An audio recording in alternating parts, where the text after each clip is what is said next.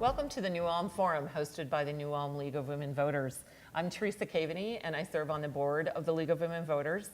With me today is Rodrigo Tojo Garcia. Welcome. Thank you for having me. Thanks for being here. We will be talking today about voter registration, which is a priority of the League of Women Voters. Our goal is to register voters and ensure that they are participating in our democracy.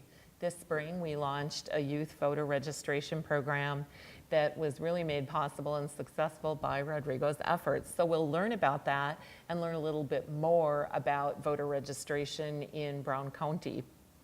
Well, Rodrigo, let's start by telling us what you're doing of late and give us a little information about yourself. Yeah, absolutely. I graduated from Ulm High School this past spring. I was a part of the knowledgeable and robotics teams while there, and I joined track for the first time my senior year. As of late, I've been participating in some political campaigns around town, doing some door knocking, and trying to get more active in our democracy. Great. How did you like track? It was interesting. It was a new experience, so I would say it was a lot of fun. Well, good for you. Thanks. Exercise is great. What interested you in taking on this voter registration project? Well, my mom first joined the League of Women Voters in 2016, and she came home one day and told me about how the League was all about voter registration, how originally they were meant to pass the 19th Amendment, and they worked for that at the beginning about 100 years ago. And so at that point, I started to think about how young people are the least likely to be registered to vote and the least likely to vote, yet they have the most at stake in these elections, and that kind of started to not sit completely right with me, and so I thought about whether that we might need to get people registered to vote in Brown County, in particular young people. Great. What about current trends with youth voter registration? Do you have information to share on that? Yeah, I just read a headline and part of a study today that shows that since the Parkland shooting in Florida on February 14th of this year, voter registration has gone up by 16% in Pennsylvania, 8% in Florida, and 4.7% in Minnesota. So I'm thrilled to see those numbers, and I hope that it's not just a fluke that young people are starting to actively participate in our democracy more and more. Well, it's nice to know that your efforts and that of other students here in New Ulm help boost that number to get to 4.7 increase in Minnesota. So I'm thankful for you and the efforts of other students as well. I just want to make sure I say that. Tell us about the project. How did it start? Kind of the step-by-step, how you worked with the school and with your fellow students. So at first I wasn't actually sure if we needed this project. So what I did was I went and I started to talk to my friends about whether or not they were registered to vote, because a lot of my friends are 18, and so they should have been, or at least should be thinking about that. And I was very surprised to know that many of them weren't registered to vote and didn't seem particularly concerned that they might not know where to even find the resources to get registered to vote. So as I started to see that, I started to think, well, this needs to change. And I talked to my friends on the Student Council and then the National Honor Society to see how feasible it would be to get a voter registration drive going. And so they told me to talk to some teachers who had experience in this sort of thing, and those teachers told me to talk to the administration about the logistics, and so I did. And the administration worked with me to figure out how we would go about doing this whole voter registration thing, who would be participating, which student groups would be helping us out. And then from there, I went and talked to Jean Prochniak at the County Board of Elections. And she and her staff were incredibly helpful in helping me arrange for training sessions with the volunteers we recruited from the high school, from the National Honor Society, so we could learn how to properly register people to vote. And then we finally got it into the announcements too, thanks to the administration, and we got it out into the school body through word of mouth, through whatever means necessary to make sure that people knew that this was something that was going to happen. So then the day finally came, and we registered people from April 30th to, I want to say, May 3rd, and it was a success, and I'm really proud of the work we did. How many did you register? We got 53 people registered to vote over the course of 4 days. What kind of comments and questions did you get from students? A lot of students were really surprised when we were there, because it's 2018, I should say, and they weren't entirely aware that there was an election coming up. The primaries, of course, in August, and the general election in November. And so I made sure that all the people who were volunteering to help students get registered knew that these are the dates when the elections will be, and these are the dates that they can tell students when they ask, well, why should I get registered to vote now? And can you tell us whether you had any bumps along the way? Sounds like this was an ambitious project. 53 to me sounds like a lot, but how did you overcome any bumps that you encountered? Well, 53 is a great number, I'd say. I was very happy to have any people register to vote.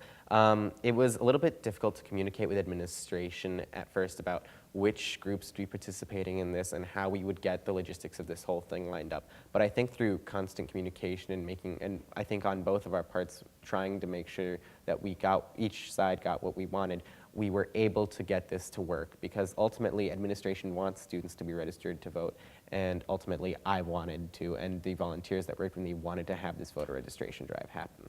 Great. It sounds like a mutual goal was embraced here, and that's what made it a success and opened the door for you to be able to do it. Can you share with us what is required to register to vote and kind of review what's on a voter registration form? Absolutely. The first thing you're going to need to know is that this is the voter registration form for the state of Minnesota. On it, you'll find the first three questions are you 18 or will you be 18 before the next election? Are you a US citizen? And are you currently serving time for a felony conviction? If you answer these questions correctly, then you can fill out the rest of the form. It'll ask you for your name, your address, and the code beneath your picture on your driver's license, or the last 4 digits of your social security number if you don't have a driver's license. It's very easy to fill out, and it really doesn't take any more than 5 minutes per person to do. And I think, I don't know what to say. There should be no barrier, is what you're saying. It's very easy to fill out this form, and that's because ultimately people who work in government want people to be registered to vote, because the goal of a democracy is to have people participate, and there should really be very few barriers to that. And when you work with people who work with registering voters, it's obvious that they're thrilled when anyone wants to get registered to vote, and they want to make it easy for people to do that. That's good to know. And certainly that's in part due to the great leadership in Brown County's election office too, I think. Well, Rodrigo, can you tell us where people should go to register to vote? Yeah. You can register to vote in Brown County. You can go to the Brown County Courthouse, and you can find this voter registration form there. If you have your driver's license with you or some other proof of residence, passport would work too, any type of Minnesota state photo ID, tribal IDs work too. You can fill out this form, and the county auditor treasurer's office will get it into the system, and you will receive a little blue card in the mail maybe 2 weeks after you're registered. And that'll tell you where your polling place is, and it'll also have your name on there, and you should double check that to make sure that everything is right in the system. Well, I know I recently moved and had to change my voter registration, and I did get my card in the mail fairly timely, actually. What about online voter registration? What's your experience with that? Yeah. With online voter registration, I find that it tends to be easier and quicker than paper registration, because you don't have to deal with the hassle of turning in the form at the courthouse. It's the same questions that are on this form. It asks you, are you 18, are you a citizen, and are you serving time for felony conviction? And if you answer those questions, it'll let you proceed. The only difference is that on the website, if you fill out your voter registration information online, you do need to provide an email address, which for most people shouldn't be too much of a problem. And I find that tends to be also easier to explain to people, especially younger people, that you can just go online and find this, because they tend to have more experience with technology and tend to be able to actually have their own initiative and go home and look up the information and fill it out there on the spot. Could you share with folks the phone number and contact info, if you will, for Brown County Election Office and where they go if they actually have questions or encounter any problems. Right. Brown County's election office is in the courthouse here in New Ulm, and you can call them at 507-233-6613, and they would be happy to answer any questions you might have about voter registration or how to get registered. And tell us a little bit about your conversation with the Secretary of State regarding registration if you are not 18. So I called the Secretary of State's office because the guidelines for registering people to vote say that you must be 18 on or before the next election to get someone registered to vote. But the thing is, there are elections being held year-round.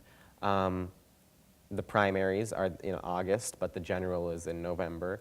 And when we were planning this voter registration drive, there were township elections coming up on, I want to say, the second or third week of March. So we were really needed guidance on that. So when I called them, they told me that they were also working on that issue as well. And they told me, currently, the guidelines say that if you are 18 or older on or before the next general election, you can get registered to vote.